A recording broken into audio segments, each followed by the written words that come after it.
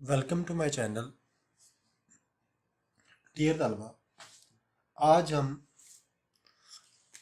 Class eighth या grade eighth और उसकी एक्सरसाइज नंबर 5.2 के ऊपर जो हमारा क्वेश्चन नंबर 3 है उसके ऊपर पहुंच चुके हैं जी। ठीक है, तो ये देख लें ज़रा अपना question. Find the value of x मनफी y plus 3z where x is equal to 2x square मनफी a3 plus 3a plus 4 y is equal 3a3 मनफी 3a स्केयर प्लस 2 मनफी 2a and z is equal to a4 plus 3a3 मनफी 6 मनफी 5a square. तो ये आज आपका सवाल है। तो इसको हम क्या करेंगे, हल करेंगे। तो हल करने से पहले हम ये सवाल लिखते हैं।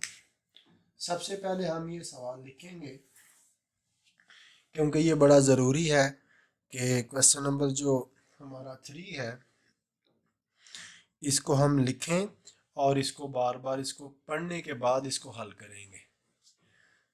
ठीक है तलबा, तो ये बड़ा ज़रूरी है कि आप इसको पहले लिखें जी। Find the value, find the value कहता है कि आपने एक वैल्यू जो है वो फाइंड आउट करनी है। क्वेश्चन नंबर 3 है जी हमारा कि आपने एक जो वैल्यू है वो, या आप कह सकते हैं कि आपने कीमत मालूम करनी है। कीमत अब किसकी मालूम करनी है? अब सबसे पहले तो हमें ये पता होना चाहिए। तो वैल्यू हमें फाइंड आउट करनी है जी एक्स बराबर। ठीक है जी, तो एक्स बराबर वैल्यू हमें फाइंड आउट किसकी करनी है जी? एक्स और मनफी 2y और प्लस 3z या z आप इसको कहते हैं। तो अभी सबसे पहले हमें ये पता होना चाहिए कि फाइंड तो हमने करनी है जी वैल्यू x की, y की और z की, लेकिन हमारे पास क्या है? हमारे पास उसने कहा है व्हेन x इज इक्वल उसने क्या दिया हुआ है जी? एक्स स्केयर, सॉरी, एक्स ए स्केयर और मनफी a3 और प्लस 3a और प्लस 4, ये हमें उसने x दिया हुआ है। अब उसने हमें y क्या दिया है जी? उसने हमें y क्या दिया हुआ है जी? तो y बराबर है जी 2a3 2a3 और मनफी 3a स्केयर और प्लस 2 और मनफी 2a। अब उसने हमें जी बराबर क्या दिया है जी? तो जी बराबर हमारे पास है a4, ठीक है जी, प्लस 3a3 मनफी 6 और मनफी 5a स्क्वायर। तो ये हमें वैल्यूज़ वो दी गई हैं। अब इनको मद्देनजर रखते हुए हमें यहाँ पे वैल्यू पुट करनी है और ज़रब देनी है। ठीक है जी। अब देखना कि ये मैं किस तरह से अपने जहन के मुताबिक सवाल कैसे करता हूँ। मैं यहाँ पे लिखता हूँ जी एक्स, ठीक है, और यहाँ पे लिखूँगा मैं मनफी 2y और यहाँ पे लिखूँगा मैं प्लस 3z। अब देखना कि मैं इसके अंदर अंदर ये x वाली रकम लिखूँगा। ठीक है जी, तो सबसे पहले x जो है वो क्या है जी? एक्स क्या है जी, 2x²। ठीक है जी, सबसे पहले हम ये वाली रकम लिखेंगे, ये इसके नीचे ही लिख लेनी है आपने जी। 2a² मनफी a3 जमा 3a और जमा 4। अब ये हमारे पास अद्दिश आ रहा है, इसको हम करेंगे जी -2 और y की रकम आप लिख लेंगे जी हम। ठीक है, 2a3 -3a² जमा 2 -2a जी। ठीक है, आगे हमारे पास क्या है जी, +3 है, तो हम यहाँ पे z के बराबर वाली रकम जो है वो लिख लेंगे z की जगह पे। ठीक है जी, तो ये आ जाएगा जी a4 + 3a3 -6 और -5a²। तो ये आपकी रकम आ गई। अब जो सिंप्लीफाई है वो सिंप्लीफाई कर दें। ठीक है जी, जो सिंप्लीफाई है उसको सिंप्लीफाई कर दें, जिस जिसके साथ जो जो ज़रब है वो लगा दें जी आप। ठीक है, ये देखें जी, ये देखें जी, अब यहाँ पे ये मनफी इस प्लस से ज़रब करेगा तो ये आ जाएगा,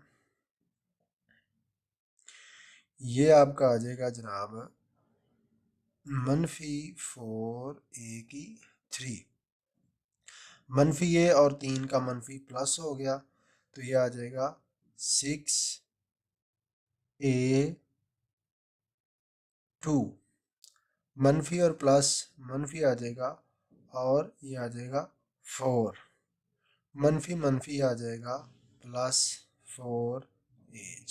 ठीक है, अब इसी तरह इसको आप अंदर तरफ दे दें तो ये आ जाएगा जी आपका जमा 3a4 और जमा 9a3 -18 -15a²। अब यहाँ पे जो मैंने मैथ में जो एक फार्मूला पढ़ा था वो मुझे आपको बस याद नहीं रहा, लेकिन मैं यहाँ पे आपको बता देता हूँ कि मिनिमम रूल ऑफ मैथ आपने याद रखना है। तो वो होता है जमा ज़रब जमा = जमा। ठीक है, ये वाला जो इसके अलावा उसके बाद है मनफी ज़रब मनफी = जमा, मनफी ज़रब जमा मनफी, उसके बाद जमा ज़रब मनफी मनफी। तो ये वाला जो फार्मूला है या मिनिमम रूल ऑफ मैथ है, इसको आपने याद रखना, फिर आप यहाँ पे कामयाब हो जाएंगे। ठीक है तलबा, तो अब हमने क्या करना है, अब हमने x को x वाली रकम के साथ लिखना है और y को y के साथ लिख के इसको हमने कर देना है जी जमा। ठीक है, तो अब मैं इसको जमा करने लगा हूँ जी। ये हमारी x की रकम है, ये y की है और ये z की है।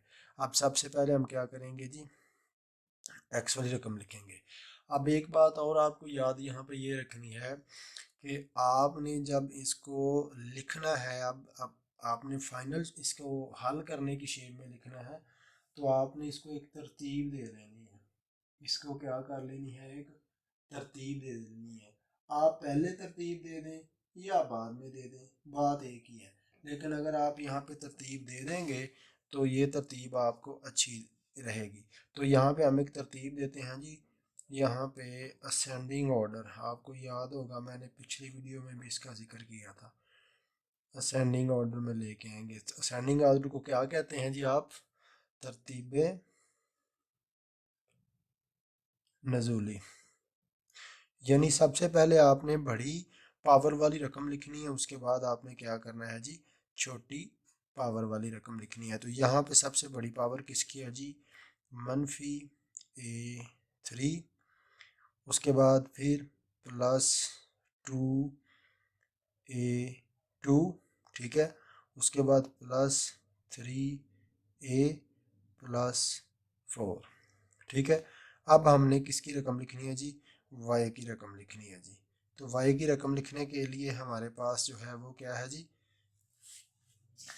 y बराबर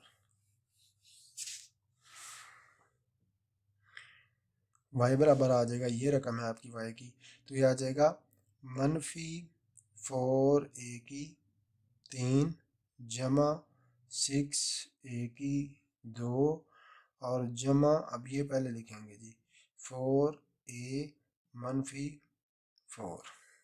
ठीक है।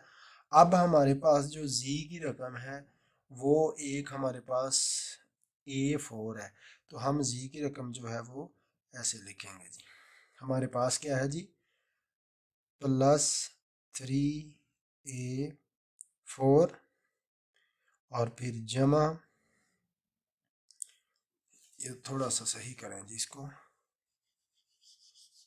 हम क्या करेंगे यहाँ पे z की रकम लिखेंगे 3a4 और इसके नीचे जमा 9a3 और -15a², -15a²। ठीक है जी। और उसके बाद आपका a नहीं है तो -18। ठीक है जी। तो अब हम क्या करेंगे, इन तीनों रकमों को जो x, y और z है इसको जमा कर देंगे। तो जो आपस में कटता है पहले आप उसको काट दें, अगर नहीं कटता तो आप उसको क्या कर लें, जमा कर लें। तो ये -4 +4 के साथ कटता है, इसको काट लेंगे और हमारे पास क्या बच गया, -18। -18 हमारे पास बच गया। अब जमा 4 और जमा 3 कितने होते हैं, जमा 7a। ठीक है। अब जमा 6 और जमा 2 जमा 8, -15 में से -15a² में से आपने जमा 8a² निकाल देने हैं, तो आपके क्या पास बच गया जी, -7a² बच गया। ठीक है जी। उसके बाद आपके पास क्या बचा जी, ये देखें जी जमा 9a3 है और -4a3 और उसमें जमा की है -1a3, तो -4 और -1 -5a3 हो गया। तो -5a3 को निकालेंगे जमा 9 से, तो बाकी कितना बच गया जी, +4a³ बच गया जी। और ये हमारे पास वैसे का वैसा ही आ गया। तो ये आपका आंसर हो गया। मुझे उम्मीद है कि आप इस वीडियो से ज़रूर फ़ायदा उठाएंगे और सवाल में थोड़ी सी कॉम्प्लिकेशन है, लेकिन फिर भी आप अगर फॉलो करके तो इस सवाल को हल करना आप सीख चुके होंगे। मेरी वीडियो को ज़्यादा से ज़्यादा लाइक करें, शेयर करें और मेरे चैनल को सब्सक्राइब करें। ओके, अल्लाह हाफिज़।